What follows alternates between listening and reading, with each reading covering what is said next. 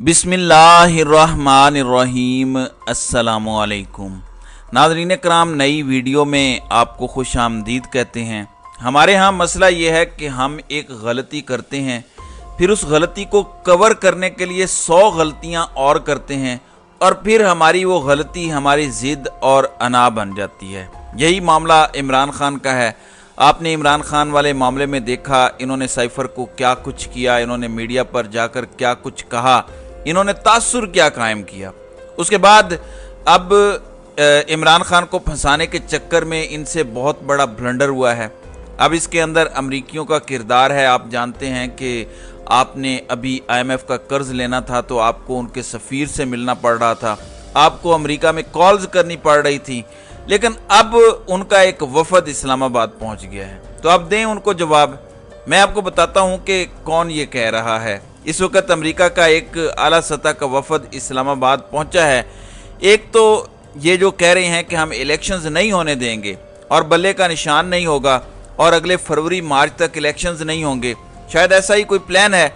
लेकिन IMF को यकीन दहानी इन्होंने कराई थी कि इलेक्शन ऑन टाइम होंगे और उसके बाद निगरान सेटअप अपना टाइम पूरा करके 60 रोज़ या 90 रोज़ जितने भी हों उसके बाद चला जाएगा। लेकिन अब इस हवाले से हामिद मीर जैसे लोग भी कह रहे हैं कि इस वक्त अमेरिका का एक इंतहाई हाई पावर डेलीगेशन इस्लामाबाद पहुंच गया है, लेकिन पाकिस्तान का मीडिया इस पर बात नहीं कर रहा, पाकिस्तान का मीडिया इसको रिपोर्ट नहीं कर रहा। और हैरान कुन तौर पर जो वफद या डेलीगेशन है उसकी पाकिस्तान के आला हुकाम के साथ मुलाकातें हो रही हैं। और आप जानते हैं कि जब ये अमरीकी आते हैं या जो आला वफद आते हैं तो वो किन से मुलाकातें करते हैं, वो किन से गारंटीज मांगते हैं। आमतौर पर सिविलियन हुकूमत तो इसमें कहीं नज़र नहीं आती। इस वक्त की जो इत्तलाआत हैं उसके मुताबिक अमेरिका ने 2 चीज़ों पर अभी तक अपने तहफ़्फ़ुज़ात का इजहार किया है और उन्होंने कंसर्न्स इनके सामने रखे हैं। एक ये जो पाकिस्तान के अंदर कानून के मामलात चल रहे हैं, ये चलाए जा रहे हैं, इस पर उन्होंने तहफ़्फ़ुज़ात का इजहार किया है। फिर दूसरे नंबर पर चलकर इस वक्त जो सियासी अदम इस्तेकाम है उस पर भी उन्होंने तहफ़्फ़ुज़ात का इजहार किया है। अब नाज़रीन कराम, एक सवाल तो जायज़ है कि अमरीकियों का इन मामलात से क्या ताल्लुक़ है, ये तो हमारे अंदरूनी मामलात में मुदाखलत है। हम आज़ाद और ख़ुद मुख्तार कौम हैं। जब आप कर्ज पर चलते हो, जब आपने IMF से भीख मांगनी हो तो अमरीकियों से रब्ता करें, उनको कहें कि मेहरबानी करें हमें भीख डाल दें।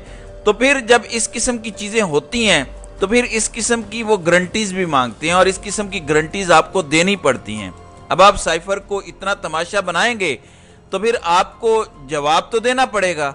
तो अब आप इसका जवाब दें, आपको भी पता चलेगा आप किस चक्कर में लगे हुए हैं। आप इस चक्कर में लगे हुए हैं कि किसी तरह इमरान खान को काबू करें।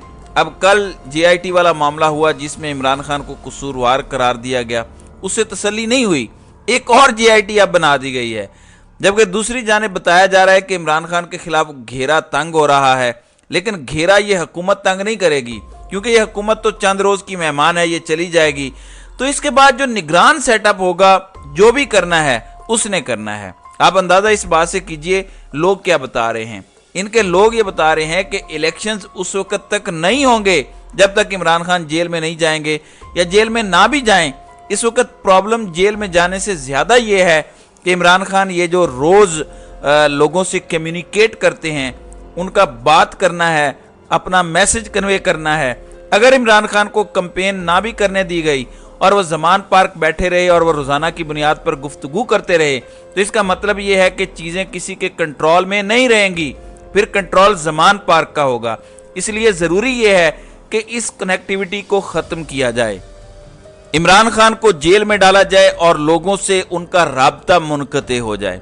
सुहेल वड़ैच जैसे दानिश्वर हमें टीवी पर बता रहे हैं कि तहरीक इंसाफ का वोटर उस वक्त चुप हो सकता है, टूट सकता है, मायूस, जब वो मायूस होगा, जब उसकी उम्मीद तोड़ी जाए। तो उम्मीद तोड़ना बड़ा ज़रूरी है कि देखें तहरीक इंसाफ इक़्तिदार में नहीं आ सकती और उम्मीद तो टूट सकती है इस सूरत में कि आप ये सारे काम करें। तो ये मुख्तलिफ ऑप्टिक्स हैं, इनको अभी भी डर है। पिछले 15 महीनों की मेहनत के बाद भी अगर आपका खौफ अभी तक ओवरकम नहीं हुआ और आपकी परेशानी कम नहीं हुई तो फिर मान लीजिए कि अभी आपकी रेस लंबी है, गेम लंबी है। और इमरान खान का देखें, انہوں نے گزشتہ روز بھی خطاب کیا، وہ روزانہ کی بنیاد پر خطاب کر رہے ہیں۔ انہوں نے بتایا سائفر والا معاملہ، اب وہ کہہ رہے ہیں میں نے بھی آپ سے کہا تھا کہ ایف آئی اے سائفر کی تحقیقات کیسے کر سکتا ہے جو گورنمنٹ کا ایک ماتحت ادارہ ہے، ظاہر ہے یہ اس کا کام نہیں ہے۔ انہوں نے یہی کہا کہ آپ سپریم کورٹ سے تحقیقات کروائیں، بس صورت دیگر اس کو کوئی مانے گا نہیں۔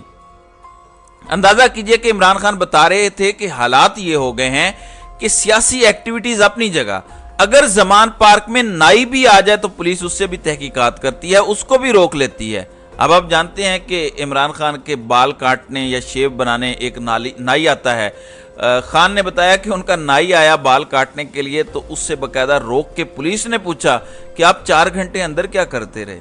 اب جب یہ صورتحال ہے تو آپ اس سے پھر اندازہ لگا لیجئے کہ ان کے معاملات کس طرف جا رہے ہیں۔ دوسری جانب پریشانی اتنی زیادہ ہے، ایک دوسرے پر عدم اعتماد بھی بہت زیادہ ہے۔ آصف علی زرداری ادھر کچھ باتیں کرتے ہیں، اپنے معاملات طے کرنے کی کوشش کرتے ہیں اور کہتے ہیں کہ ہم یہیں بیٹھ کے کچھ ڈیسائیڈ کریں گے۔ پھر نواز شریف جو ہیں وہ دبئی میں ہے، تو بتایا گیا کہ دبئی سے وہ اپنے وطن لندن جلد روانہ ہو جائیں گے 25 تاریخ کو، تو اس سے پہلے زرداری صاحب کا جہاز اڑ گیا ہے اور زرداری صاحب نے کراچی سے اڑان بھری ہے، اور اس کے بعد وہ کہاں پہنچے ہیں؟ ظاہر ہے وہ دبئی پہنچے ہیں، اور دبئی میں ان کی خصوصی ملاقاتیں ہیں۔ اور وہ خصوصی ملاقاتیں کیا ہیں؟ ملاقاتیں یہی ہیں کہ الیکشن ہوگا نہیں ہوگا، کس کو لے کر آئیں کہ وہ الیکشن کروا دے، کیونکہ انہوں نے سوچا تو بہت زیادہ ہوا تھا۔ جاوید چودھری کے بقول اگلے 10-15 سال کا پلان طے کر لیا گیا ہے کہ مجموعی طور پر کیسا سیٹ اپ ہوگا، کیسا سیاسی منظرنامہ ہوگا، لیکن اگر انہوں نے طے کرنا ہوتا تو پھر بات کچھ اور تھی۔ میں ہمیشہ کہتا ہوں کہ سیاست جو ہوتی ہے وہ حالات طے کرتے ہیں، حالات کب بدل جائیں، حالات کیا رخ اختیار کریں، یہ وہ واحد چیز ہوتی ہے جو انسان کے اختیار میں نہیں ہوتی، اس کو کوئی اور طاقت چلاتی ہے۔ جب وہ طاقت چلاتی ہے تو پھر آپ کے میرے بس میں معاملات نہیں رہتے۔ انسانی جتنے بھی آپ پلانز کرتے رہے وہ پلانز کامیاب نہیں ہوتے۔ ایک خبر اور میں آپ کو دینا چاہتا ہوں، وہ توشہ خانہ سے متعلق ہے۔ آج توشہ خانہ میں بغیر کسی کارروائی کے سماعت ملتوی کی گئی ہے، اور عمران خان کے وکیل نے کہا تھا کہ آپ منڈے کے روز تک کر لیں۔ اب منڈے کے روز تک عمران خان کی استثناء کی درخواست منظور کی گئی ہے۔ ایک تو انہوں نے کہا کہ روزانہ کی بنیاد پر یہ سماعت کر رہے ہیں، تو عمران خان کو چونکہ منڈے کے روز سپریم کورٹ نے طلب کر رکھا ہے، تو جج صاحب یہ چاہتے ہیں کہ عمران خان جب منڈے کو آئیں تو وہ ان کی عدالت میں بھی پیش ہوں۔